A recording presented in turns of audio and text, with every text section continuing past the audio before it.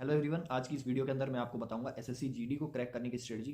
जितने भी aspirants SSC GD को टारगेट कर रहे हैं उनके लिए ये वीडियो बहुत हेल्पफुल रहने वाली है और इसमें मैं पूरी स्ट्रेटजी बताऊंगा। मैंने एसएससी सीजीएल 2020 और एसएससी सीएचएसएल 2020 प्लस सीडीएस जो एग्ज़ाम है उसमें वो भी दिया है और तीनों एग्ज़ाम मैंने क्लियर किए। मैं ये सारी चीज़ें इसलिए बता रहा हूँ ताकि आप जो भी स्ट्रेटजी मैं बताऊँ आपको आप उस पर रिलाई कर सकें। तो सबसे पहली बात जो जीडी के कोई भी एस्पिरेंट है उसको पता होनी चाहिए वो है एग्ज़ाम का प्रोसीजर, यानी कि एग्ज़ाम में कितने टेस्ट होते हैं और कौन कौन से टाइम पर कितनी कितनी रिक्वायरमेंट्स हैं, उसमें कितने टाइम में फिजिकल टेस्ट वगैरह वो कंप्लीट करने होते हैं और क्या उन टेस्ट्स में वो एलिजिबल हैं या नहीं है। ये सारी चीज़ें एक एस्पिरेंट को पता होनी चाहिए, तभी वो उसकी तैयारी स्टार्ट करे। दूसरी चीज़ एक और कि आजकल क्या है कि डॉक्यूमेंट्स हमारे जो भी एसएससी में सबमिट करने होते हैं डॉक्यूमेंट वेरिफिकेशन के टाइम पर, वो हमारे टाइम पर सारे के सारे डॉक्यूमेंट्स कंप्लीट होने चाहिए ताकि हमको कोई दिक्कत ना आए जब हम डॉक्यूमेंट वेरिफिकेशन में जाएं। तो अब बात करता हूँ एसएससी जीडी के अंदर आने वाले चारों सेक्शंस के बारे में, मैथ, रीजनिंग, इंग्लिश और जीके। और इस वीडियो के अंदर मैं आपको सेक्शनल वाइज बताने वाला हूँ कि कैसे कैसे आपको क्या करना है, किस तरीके से आपको आपकी स्ट्रेटजी रहनी चाहिए। 4 सेक्शंस होते हैं और चारों सेक्शन में 20-20 क्वेश्चन आते हैं और हर एक क्वेश्चन 2 नंबर का होता है जिसमें कि 1/4 नेगेटिव मार्किंग होती है और 2 नंबर का एक क्वेश्चन हुआ उसके अकॉर्डिंग 160 मार्क्स का ये पूरा पेपर होता है। मेरा मानना है कि एसएससी के किसी भी एग्जाम को क्लियर करने के लिए हमें 4 स्टेजेस को फॉलो करना पड़ता है। पहला है हमारे कॉन्सेप्ट्स क्लियर होने चाहिए, दूसरा हमारा रिवीजन होना चाहिए यानी कि जो कॉन्सेप्ट्स हैं वो आपको कंप्लीटली रिवाइज होने चाहिए, तीसरा है आपकी प्रीवियस ईयर पे कमांड और चौथा है आपकी मॉक्स पर प्रैक्टिस उसका एनालिसिस। मैथ्स की यदि मैं बात करूं तो मैथमेटिक्स के अंदर आपको प्रॉपर नोट्स बना सकते हैं। प्रॉपर नोट्स बनाने के बाद आपको उनको रिवाइज करना है और नोट्स बनाते टाइम जो भी आपकी वीकनेस हैं, जो भी लेक्चर्स में आपको लगे उनको हाईलाइट करके नोट्स में लिखना है ताकि उन चीज़ों को आप लंबे टाइम तक बाद में रिवाइज कर पाओ। और अगर मैं बात करूँ कि आपको नोट्स कहाँ से बनाने हैं तो वो या तो कोई भी यूट्यूब चैनल हो सकता है, पवन राव सर हैं, गगन प्रताप सर हैं, अभिनय मैथ्स है और आशिष नेहरा सर हैं। तो ये कुछ टीचर्स हैं जिनका मैंने नाम बताया, आप इनकी प्लेलिस्ट सर्च कर सकते हैं और इन्होंने अपना पूरा कंटेंट फ्री में भी प्रोवाइड किया हुआ है। तो आप वहाँ से अपने नोट्स बना सकते हैं और उसके बाद अपनी कंटिन्यू प्रिपरेशन को अपनी कंटिन्यू कर सकते हैं। तो अगर मैं बात करूँ, आपने मान लीजिए नोट्स बना लिए, फिर आपको क्या करना है कि आपने जो नोट्स बनाए हैं वो उसमें जो आपने फॉर्मूलेज वगैरह लिखे हैं वो आपको याद होने चाहिए। उसके लिए proper time to time revision करना होगा आपको। जब आप नोट्स बना रहे होते हैं तब से ही रिवीजन की जो प्रोसेस है वो चालू हो जाती है। आपने नोट्स बना लिए, रिवीजन कर लिया, उसके बाद आपको करने हैं उठाने सीधे प्रीवियस ईयर क्वेश्चंस, यानी कि टेलीग्राम पर या फिर कहीं भी काफ़ी सारे सोर्सेज हैं प्रीवियस ईयर क्वेश्चन, या फिर आप कोई बुक भी लेके आ सकते हो स्टोर से जाके। तो उसमें उसके अंदर आपको पूरे प्योर प्रीवियस ईयर क्वेश्चंस लगाने एसएससी जीडी के, और प्रीवियस ईयर के बाद आपको मॉक्स लगाने। यानी कि मैथमेटिक्स के अंदर 4 स्टेप हुई।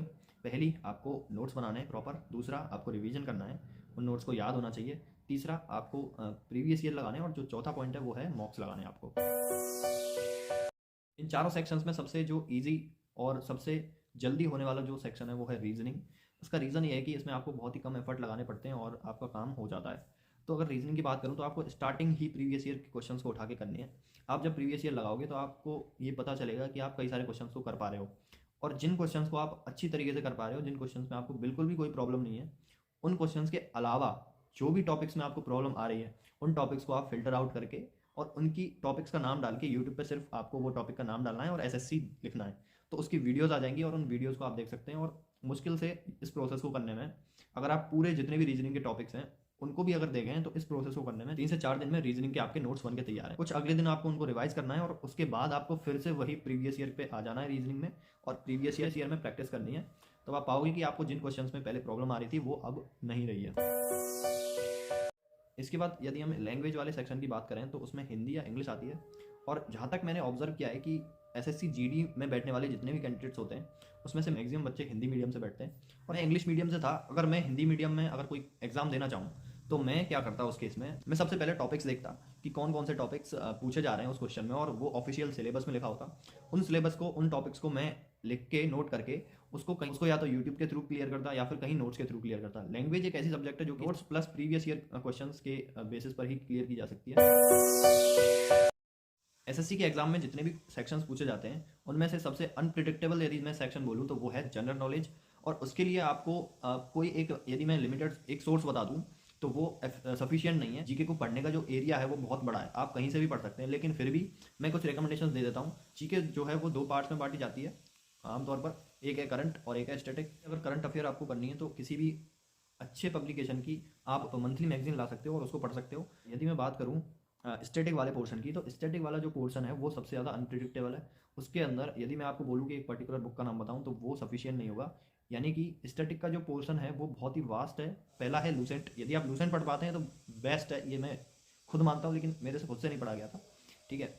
और अगर मैं दूसरी बात करूँ तो वो है एक तो प्रीवियस ईयर, दूसरा टॉपिक वाइज कहीं से भी नोट्स बनाइए, यानी कि हिस्ट्री के नोट्स बनाइए, पॉलिटी के नोट्स बनाइए, ज्योग्राफी के नोट्स बनाइए, और उन नोट्स को टाइम टू टाइम रिवाइज कीजिए, और इस तरीके से आपकी हिस्ट्री, पॉलिटी और ज्योग्राफी कंप्लीट होगी।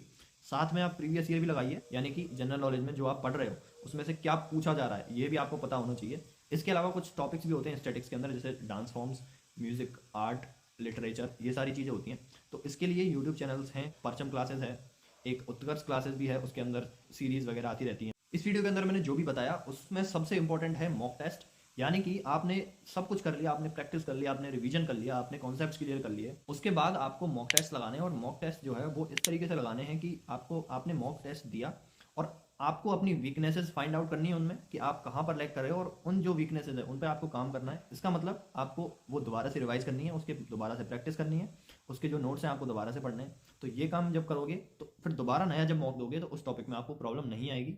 इस तरीके से आपको कम से कम नहीं तो 50 मॉक्स तो देने ही हैं, और मैक्सिमम की तो कोई लिमिट है ही नहीं, आप कितने भी दे सकते हैं। ये था मेरा इस वीडियो के अंदर स्ट्रेटजी, जो कि एसएससी जीडी के एक्सपीरियंस के लिए उम्मीद करता हूँ हेल्पफुल रही होगी। और अगर आप चैनल पर नए हो तो चैनल को सब्सक्राइब करें, और वीडियो अच्छी लगी हो और हेल्पफुल लगी हो तो इसको शेयर भी कर सकते हैं अपने फ्रेंड्स के साथ। Thank you.